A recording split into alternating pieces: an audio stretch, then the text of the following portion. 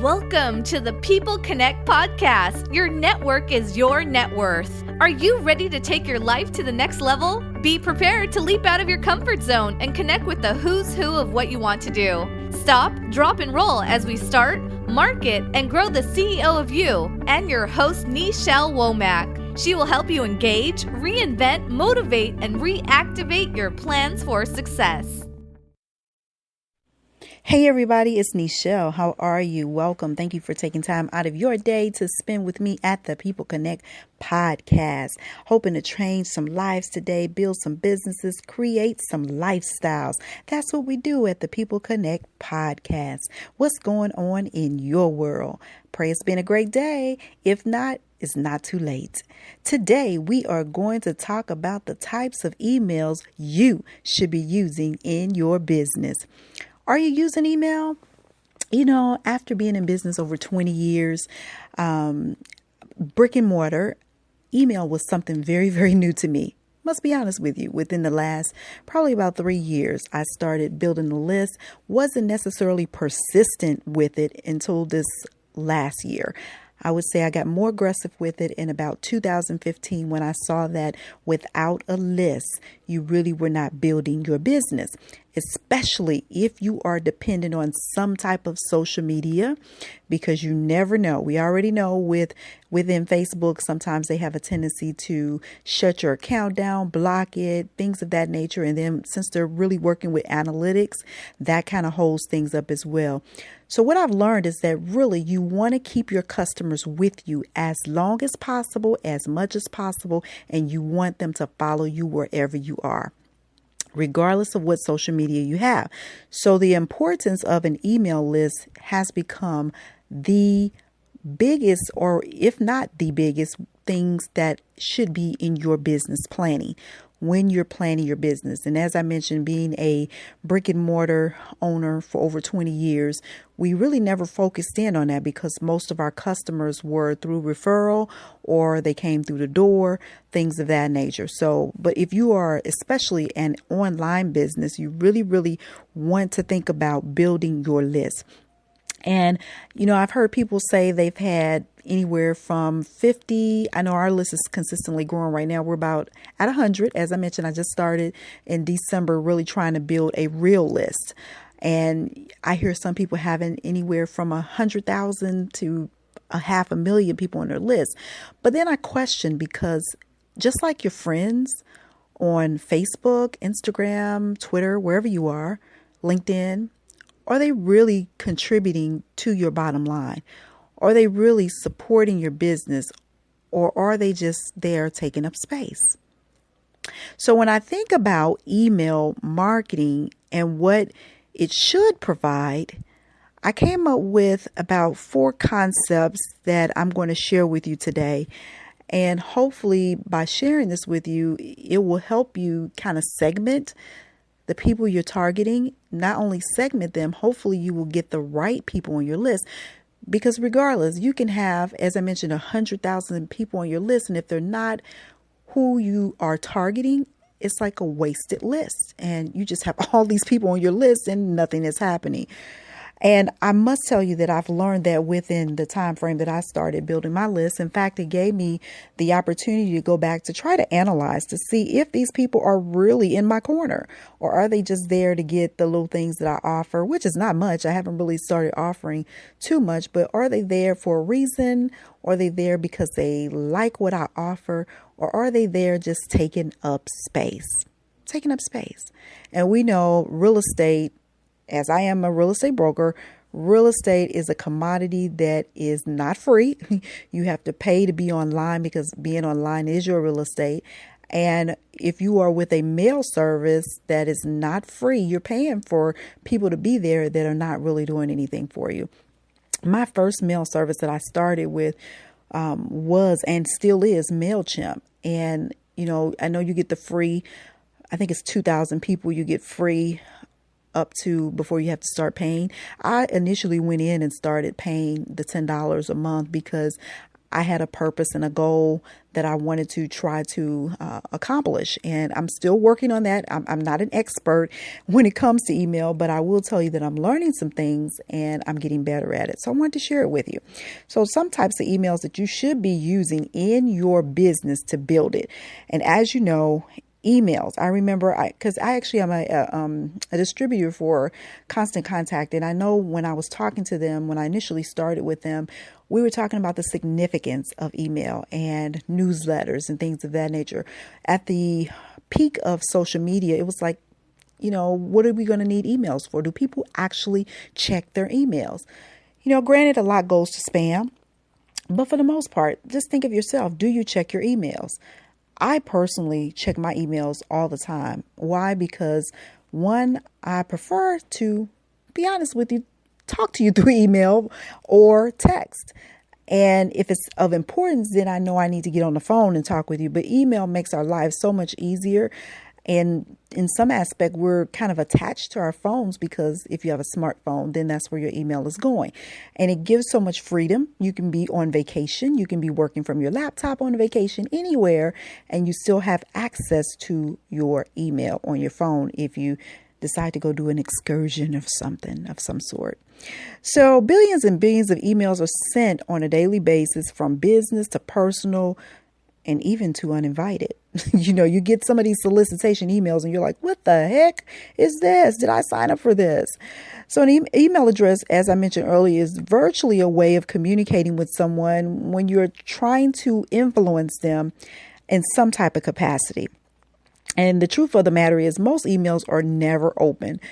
Depending on who it's from, I may not open it. And you may be that way as well. But for the most part, I'm opening majority of the emails unless it looks like spam.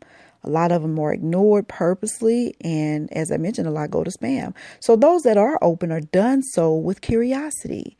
If someone is sending me an email, I'm curious. What are you sending me? Or in need of receiving something quickly versus traveling through snail mail. We know most people don't send snail mail. Often the first thing businesses always ask you, what's your email address? You go into stores, they have the little promotional things. They ask you for your email address. So email addresses are like real estate. They're like gold. Some people don't want to give it up because they feel like they're going to be spammed a lot or they're going to get tons of emails that they don't want. And, some people just give them freely. Me personally, I have probably about 10 email addresses that I use on a regular basis. So bottom line, when someone gives you their email address, respect it as if it were their home address. Don't spam them. Don't send them emails like every day.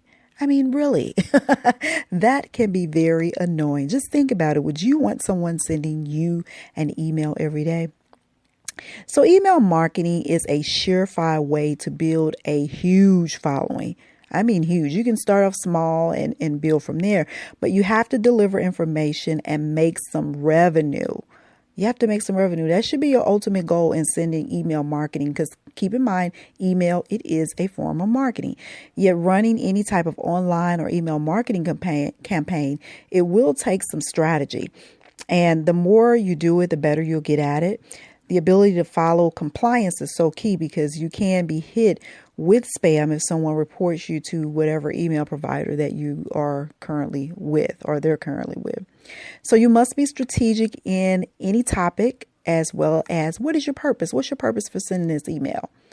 If you are already using any type of email format that you send out monthly or every couple of weeks, you probably have had some bounce back, as well as some people unsubscribe. As I mentioned, if you become overbearing and, it becomes a tedious job of them always constantly having to erase your emails, that's a lot. It's a lot. I know at one point I had probably about 30,000 emails. I'm so embarrassed with that for the simple reason I just kept getting junk mail, just like you get from your mailing address. You get junk mail. People constantly sending you something to ask you questions or to do a survey, just all kind of crap you just don't need or want. So the trouble is, far too many of us stop right there with the email. When somebody unsubscribes or it bounces back, we really need to look at what are we doing for that to happen, and not just stop right there. You don't analyze it. Look at your marketing efforts. That may be a big mistake. What are you doing to turn people off? So what's the key to success with email marketing? To be honest with you, I'm still searching for that. But I will tell you, the more significant my emails are, the greater my response is. So you can connect with your subscribers and provide value at the same time. And that's what most people, internet marketers, fail when it comes to email marketing. So let's look at these 4 types that I found to be valuable when I'm marketing to my clients and what information I get back from them. And hopefully they'll help you develop a campaign on your own that will yield results. Number 1, let's talk about educational emails. As we know, education is extremely fundamental, and emails that deliver this content tend to be more successful. These emails are very popular with recipients because they help to solve a problem, a need, or particularly they may answer a question. So typical occasions to send educational emails are when you are delivering new content. You got something new to share, something educational about what you do. Perhaps maybe a popular blog post that has really been skyrocketing as you've seen a lot of people open and click it on a regular basis. Or any other educational information that sweetens your subscribers' desire. You know, you want to make it like a palette of candy or a nice German chocolate cake or something that they want to open. What is it in this email that is going to entice them to respond? Now, this becomes easier if you take the time to get to know your subscribers and you group them into categories by what they find to be important, because everybody is not going to find educational emails to be important. So in doing this, you can send the right content to the right people, and then your open rate that you're aiming to achieve will be more successful. So keep that in mind. Educational emails, they're very impactful, especially when it's something significant to the desire of that person that you're trying to reach. And if your business is in any capacity of education, this is something that you really want to pay attention to. Find out the type of customers that you have and what inspires them to read your emails. Now, the second one that I found to be beneficial for me as well is informational emails. And it kind of ties in with educational too. So we're really indicted with so much information. But informational emails, this type of email can be good or bad, especially, when you're looking at it from an educational perspective. Now, depending on what information is being relayed, in a world where we are overwhelmed, as I mentioned, make certain that you are delivering a worthy read to your list. Informational emails shouldn't be very long, and in some aspects they shouldn't be so general, or they could be general, but they do not require any action by your subscribers. They're just informing them, making them aware that something is taking place, that something exists, that something is new that just came to the market that you're producing. Now, they are simply there to convey a message, a brief message, and provide information to the recipient. Some type of examples could be, advising them of an upcoming event or something that you're doing, or perhaps maybe it's their birthday and you're sending them a message of happy birthday and thank you for being my customer. Perhaps you wanted to give them an update on some product info that you have. Or if you're doing courses, maybe a course ending reminder, webinars, things of that nature. Informational emails that you're giving them to provide them information with. It should not be too long, brief, and to the point. The next email I found kind of goes both ways as well, promotional emails. Again, no one really likes to be sold. So in these promotional emails, you want to make certain that you are not only providing value, but it's not salesy either, because people don't like that. I mean, think about yourself. Do you like to be sold? Most people like to buy, but they don't necessarily like to be sold. So in this promotional email, about 99% of email users receive one on a regular basis, if not many of these emails on a daily basis. They get them and they can be annoying, cumbersome, and downright a burden to your inbox. So this type of email, if not done right, you can find that your subscriber will more than likely unsubscribe or simply start trashing your message. So again, as I mentioned, don't be too salesy. Don't be sending this on a regular basis, because what are you promoting every day? I mean, nobody wants to see. And I think that's one of my pet peeves too with social media and marketing. You know, the messages you want to convey, building relationships. And that's what one aspect of email marketing is, building a relationship with your consumer so that they get to know who you are, what you offer, and providing value. On social media, oh my God, we're indicted with people taking pictures, sending you links and all that stuff. You know, that becomes, again, annoying. And you want to do as little as possible in that regard. You want to make certain that when they get emails from you, that it is of value. And so too many promotional emails can really piss off your clients, really piss them off. And the only time you should use this promotional email is if you have a new product or service that is worthy of sharing. So make sure and make certain that whatever you're sending is a game changer, and they must see this like right away. They must see it right away. Promotional emails. I get so many of them. And like I said, it could be very, very annoying. So how many times do you send this? You know, perhaps if you got a great deal going on, a special discount, a special event coming up, you want to look at no more than a couple of times a month. No more than a couple of times a month. Unless that you find that you're getting a good open rate, that's what you pay attention to, the open rate. And the unsubscribe as well, because you know if you're getting those unsubscribed, then they're like, you're sending me too much dang on information. I wish retailers knew this. I really wish they knew this. The next one is lead nurturing emails. And you think about lead nurturing. And when I think about the word nurturing, I think of fulfillment. And so this type of email is really one of the least used. It's one of the least used. And when it is used, it's always used wrong. Think about this. You must not appear or become spammy on any type of email format. Not only is it a violation, as I mentioned earlier, it's an unethical way to do business.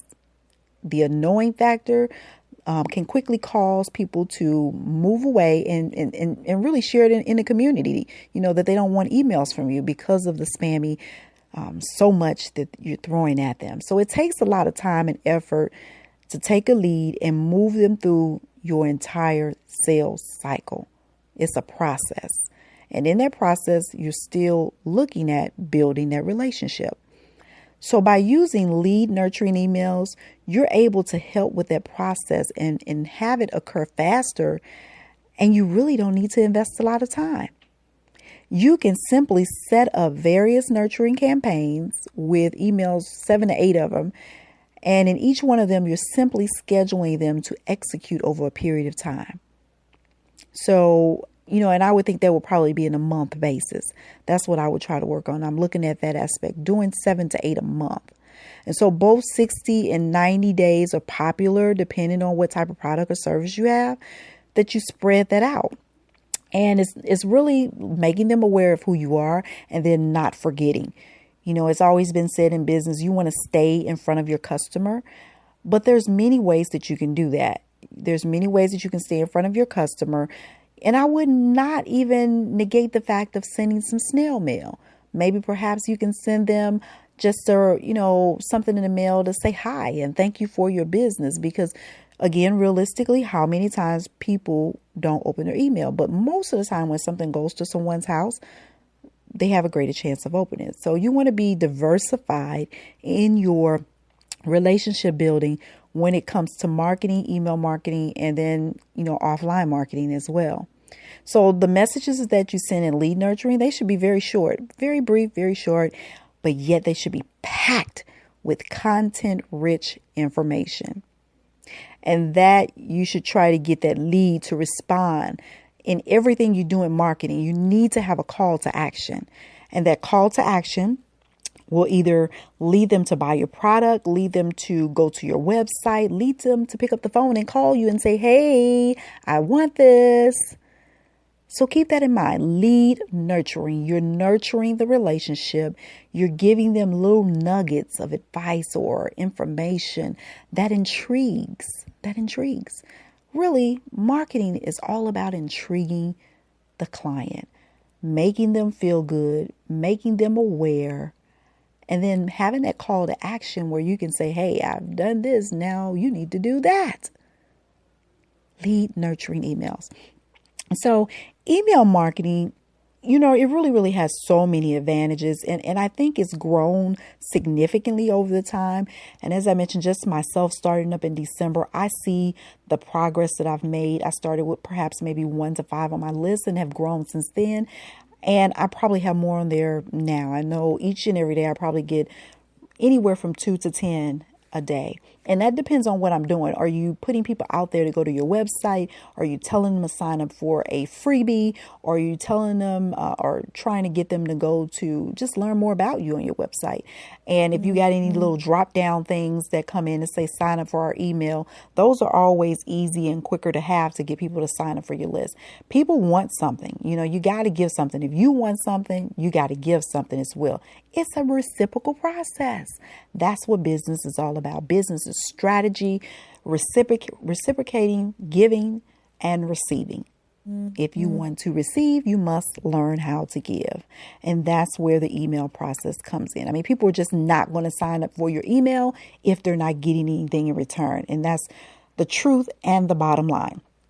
So when you're looking at email marketing, keep in mind that it must be as methodical thinking, thought, strategy as it possibly can be, building and engaging with your community. Hearing from you should be a treat. It should not be a chore. I should not want to hear from you. It should be a chore like, oh, I got this email from Nichelle, the life transition business strategist, and I'm so excited to open it up and read it.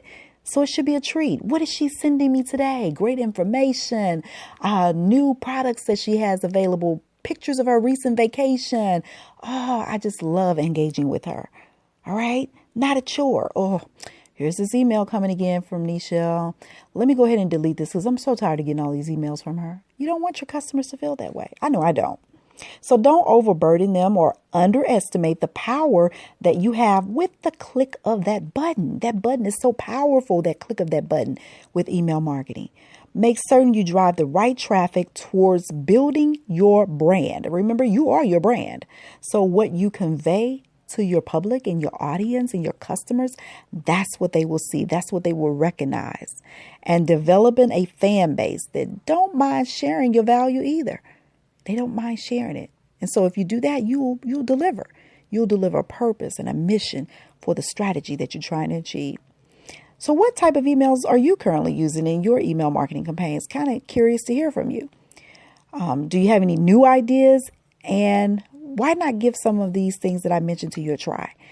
It doesn't hurt to try new things. If it doesn't work for you, then you can go back to what you're used to. But the bottom line, again, as I mentioned before, business is strategic, and we should always be looking for new ways, bigger ways, better ways to not only engage with our community, grow with them, and make certain they stay with us. And keep in mind, you don't own the pages of, the social media content, but you do own your email list. Your email list is gold. And I've always heard my whole life in being in business, over 20 years, even in college, when I was in college, they always said the money is in the list. But I think it has become more significant now, being that we have all these different platforms that are available. We've seen them shut down, different platforms shut down. And when they shut down, we lose those people if we are not connected with them on some type of platform that we own, like our website and or your email address. And so I hope this information has been valuable to you. I pray it has been. This broadcast today is provided to you by Turvy TV. I don't know if you're familiar with that, but it is a new TV service that is going to be hitting the airwaves starting September 15. And September 15, 2016. And we are having a promotion right now. And if you want to learn more about that, go to toexcelwithnichelle.com/Turvy, and that's TURV as in Victor, ITV. Again, that's toexcelwithnichelle.com/Turvy, TURVI TV. And as you know, my name is Nichelle with an N as in Nancy. A little different there. I love it. I love it. I love being different. Yes. So go check that out. Turvy TV is coming up. And right now until tomorrow, which is Friday, August 26th, if you sign up today, it's free. You don't have to pay anything. And you're just signing up to get the information when the program becomes active. They'll send you a link. And if you're interested in becoming a Turvy member, which you will save half off your cable bill, half off your digital services that you have, it's going to really be a game changer and save a lot of people money. So again, go to 2excel.com/Turvy TV. If you have any questions about it, please do not hesitate to get in contact with me. You can send me an email. Yes, you can. You can send me an email at info@NichelleWomack.com, and I'll be more than happy to respond to you. Well, that is my message today. Again, as always, I hope it has been valuable for you. And if you find it valuable and someone else may need to be aware of email marketing, please do not hesitate to share. And as always, if you enjoyed this message, I would greatly appreciate a great review on iTunes. And again, if you found it valuable, please share.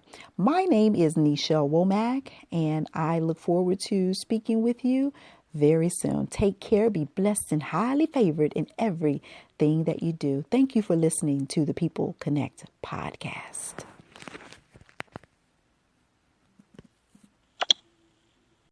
Thank you for being a part of this episode of the People Connect podcast, the show where we help you start, market, grow, build, expand, and yes, dominate the CEO of you, the Chief Executive Officer. We greatly appreciate our listeners, the downloads, and the shares.